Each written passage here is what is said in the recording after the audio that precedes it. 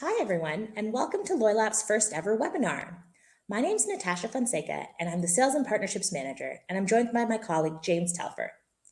We've put together this webinar series to explore some of the common challenges and goals we've come across working with SMEs and how LoyLab's platform can best be utilized to achieve their key business objectives. So if you have any questions or comments about the content we're covering, you won't be able to speak up. So instead, feel free to drop a message into the chat on the right side of the screen, and we'll address it at the end of our presentation. Today, we're going to be talking about cash flow from loyal customers and how gift cards can act as a balance sheet buffer and inflation hedge in turbulent markets. Before we kick off, James, why don't you tell us a little bit about your role at LoyLab and the expertise you bring to the table? Sure. As Natasha said, my name is James. I've been working with LoyalApp for around 2 years now, heading up our customer success team. We're currently responsible for training merchants on how to use LoyalApp software, from gift cards, loyalty, order ahead, and self-checkout, as well as maintaining launch for white labels, label apps, and online ordering. And James, in your opinion, what do you think is the greatest barrier to successfully launching this kind of tech? I think customer uptake is very important, and you need to make it as simple as possible. So our greatest challenge can be on educating merchants on getting their loyal customers to sign up to something new, with social media marketing and in-store promotion. Utilizing their staff as a method of promotion is also hard to overcome if this is not something that they have done before. So for instance, if I owned a business and I was launching a loyalty program, every face-to-face transaction in the store, I would be, advising my staff to ask the customer, are you a loyalty member? Then if not, then advise them on the benefits to anyone who wasn't already, because the fear of missing out can be a powerful motivator. I think that's a really strong point. Over the last 3 years, I've had the chance to work with all types of businesses: cafes, bars, restaurants, retailers from all over the world. And you will sometimes get merchants with the best of intentions that want to offer the most complicated loyalty program. They'd like their customers to earn 10,000 stars for every small coffee sold, and 1 million stars earns you a coupon to get 2% off your first purchase. It just feels kind of arbitrary. Like, why 10,000 stars? I think the simpler it is to understand, the more likely you'll get customers on board, and the point system can sometimes unnecessarily complicate the offering. Yeah, I completely agree. I think keeping it as simple as possible when launching is the best way to go around it. So, do you personally collect loyalty for any business? And if so, which one and why? So there's a company in London. I'm a big fan of donuts, and one of my favorite companies is Donut Time, but they use like paper stamps, so they don't really know much about me. They only know that I like donuts, and anyone could probably tell you that. So restaurants and cafes nearby that use loyalty sometimes. What about you? To be honest, I rarely subscribe to loyalty these days, but I used to collect air miles, but I never redeemed any of the points.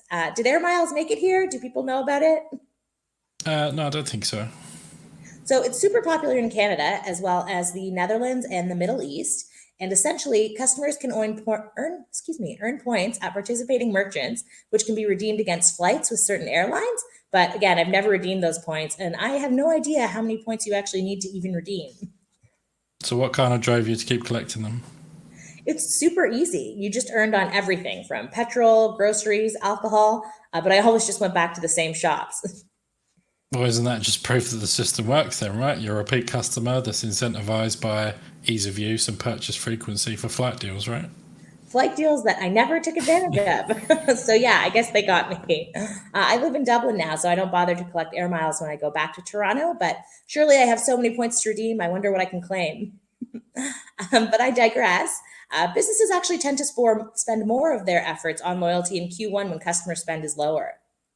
Yeah, I think at this time of the year, everyone is focused on gift cards leading up to the holidays. But loyal app cards can actually double up as both a gift and loyalty card. So if you keep that in mind with the design that you send through, you can use the same card for both, which can then become a reloadable debit card that continuously brings in cash flow with targeted marketing campaigns like a rewards bonus, etc. Yeah, but these days we're also consistently hearing about inflation. So we thought we would combine these timely ideas to explore how gift cards can be used as alternative credit for your business. So, first, let's consider more traditional sources of financing: bank loans, overdraft, investment, a line of credit. At a high level, this type of financing isn't always accessible based on your financial situation, and it's not very flexible. Exactly. You can end up paying interest on funds you're not even using. Monthly repayments can be problematic if cash flow is already an issue, and the assets you borrow against can be at risk if you're unable to make repayments. On the other hand, alternative forms of financing that never even existed before can include things like crowdfunding. It's been around for over a decade and connects businesses with tons of individual investors, but it's not the easiest route to navigate. Yeah, crowdfunding requires a fair amount of marketing, promotion, and to a certain extent luck to really get your hands on significant capital. So equity release and non-bank lenders are also viable options. I know that the application process can be easy enough. There's no credit financing with quick access to funds and minimal oversight, giving borrowers the chance to spend as they see fit to grow the business. But the drawbacks are similar. You have to look out for hidden fees. Interest rates, again, can be extremely high, and the minimum loan size might be more than you're willing to take on. It's just always important to be aware of your financial limits. But let's talk about financing from your own customers. I think most business owners understand the general importance of offering gift cards, but the numbers just don't lie. We work with merchants that see anywhere between €1,000 to €10,000 in gift card revenue per month per location. I mean, with the right tools at launch, social media posts on Facebook and Instagram, promoting gift cards on your website, as well as in store with marketing posters, you can easily engage with your customers on platforms that they're already using. Applying a rewards bonus, like getting an extra 5% in credit when you spend over €50, is a more practical way to encourage higher value voucher sales. It's an extra $250 now, but there's no interest on these funds or a schedule for repayment. Not to mention the inflation hedge. You're securing funds today, and whether you're forced to increase prices tomorrow, that revenue is still locked in. And consumers also spend about 24% more than the value included on a gift card if a gift card is redeemed at all. If we take a look at the compounding balance of cash flow for a merchant that sells around €2,000 in gift cards with an average monthly redemption of, let's say, 60%, that still leaves an €800 balance in month one, €1,600 in month two, and €3,200 in month three, etc. So whichever way you look at it statistically, if it's in your business's best interest to have this functionality on hand. Gift cards are also one of the fastest growing segments in the market, especially digital gift cards, as they reduce the need of a plastic card and work around the clock. I would go as far as to say that the digital vouchers are fundamentally a required function of a successful gift card program. These are easy to add onto your already existing business functions, as you only need a merchant services acquirer and a payment gateway to act as a card not present transaction. So what is card not present? The traditional way of taking card payments is via a card terminal. I'm sure you've been in a shop where you've seen them before. A customer inserts their card into a point of sale machine, and they enter their PIN as a security layer, and then the transaction data is sent through to the customer's card issuing bank, then back to the merchant with the approval, and a terminal says yes or no. But in today's digital world, a customer doesn't necessarily have to have a physical form of payment present in hand, but they can still make purchases. A purchase without the customer or card being physically present is called a card not present transaction, or CNP for short. There are a few type of card not present transactions that happen daily, but the most common are completed through the internet, which utilize a payment gateway. So it's a digital or virtual point of sale, is that right? Yes, exactly. So where the card details are entered and submitted through the gateway handles some of the security checks before passing over again through to the issuing bank and then back through the scheme like Visa and MasterCard. And then we get an accept or reject notification to the customer in seconds. So what kind of security checks does card not present have for customers? So although we don't require a PIN for online transactions, there are additional security checks when a card transaction is taken through online. This is in the form of 3D secure, and depending on your bank, when you get a notification on your phone to approve a transaction, etc., things like that. So one of the features that LoyalApp offers is tokenization. So the customer doesn't have to do those additional security checks each time they make the checkout. It will just do it automatically because it only has to do it once. So one key thing to note is the popularity of these particular card not present transactions.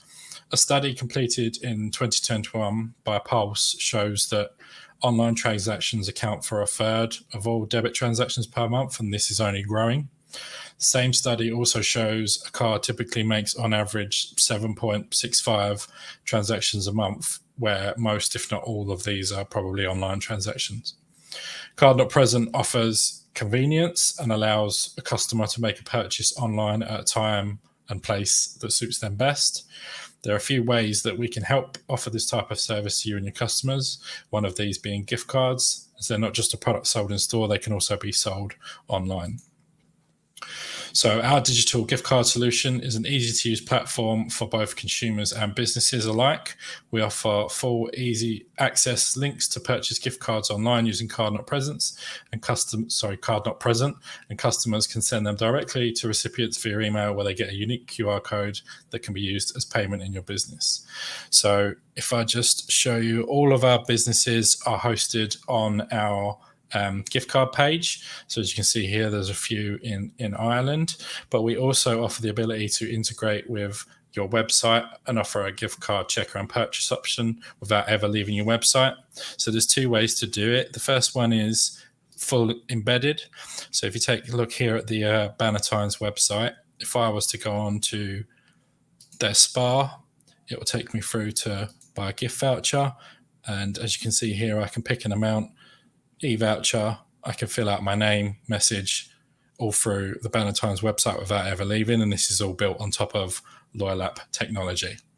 The second option, the quick approach, is this is another business in Ireland where they have a buy on online vouchers, so it's hosted on their webpage, but if I click buy, it routes me through to the Loyal App URL.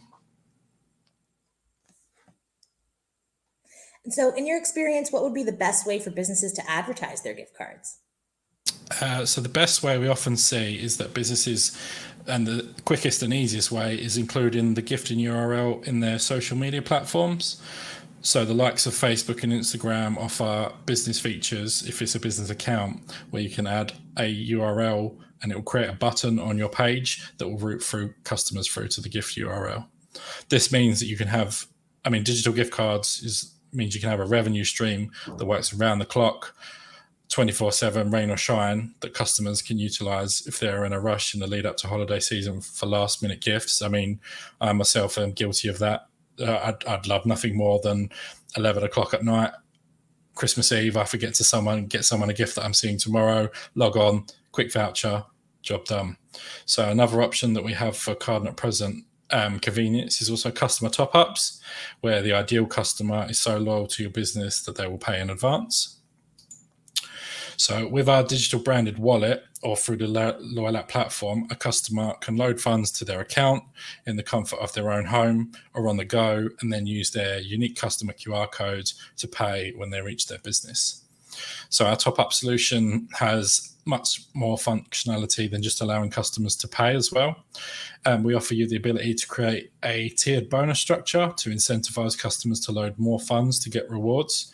So an example of this would be, I load €10, I'll get a 10% bonus, so I would get €11 to spend. €20, get a 20% bonus, fully configurable to exactly how you would want it. So this encourages and rewards the customer for loading more than what they were previously going to spend, which means more upfront revenue for your business, and a customer's money goes a little bit further. So we also have a handy optional auto top-up feature for customers, which will trigger an automatic debit for a set amount from a pre-authorized tokenized debit or credit card when their balance falls below a certain threshold, so they never have to worry about not having funds available to spend with your business.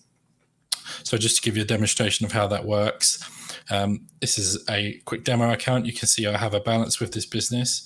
If I want to top up, I simply go to add money, I top up now, and I can see in real time my bonus that I will get for topping up. So in this instance, I've got the 10% over £10, 20% over £20, and 30% over £30. So if I top up 30, I will get 39 to spend with the business. So as a consumer, that will be paid today, but I may not spend this in one day. I may spend this over maybe 2 or 3 months, but you as a business get the cash flow instantly. And studies show that between 18 to 20% of this will not get spent over the course of a year, which would then be retained in your business. So it's a great way to help boost cash flow in your business. Excuse me. Well, thanks, James, for taking us through all the benefits of LoyalApp gift cards as a means to encourage cash flow for your business. We're almost out of time, but before we sign off, are there any questions from our viewers? It actually looks like we have one from Patrick here. What is required to set up card not present payments, and how do I do it? Telf, do you want to address that one?